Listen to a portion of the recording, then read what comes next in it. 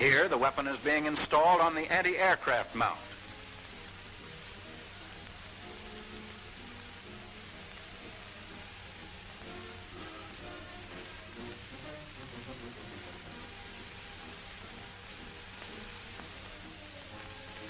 Spiderweb AA sights are mounted directly behind the front sight.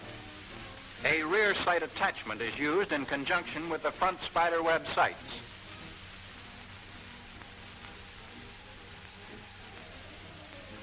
Note the feed mechanism used for anti-aircraft fire.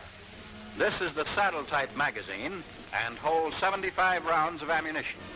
The special AA mount may be extended for additional height by pressing in on the extension lock pin. It is generally sandbagged when the gun is emplaced. On this mount, a full 360-degree traverse is possible.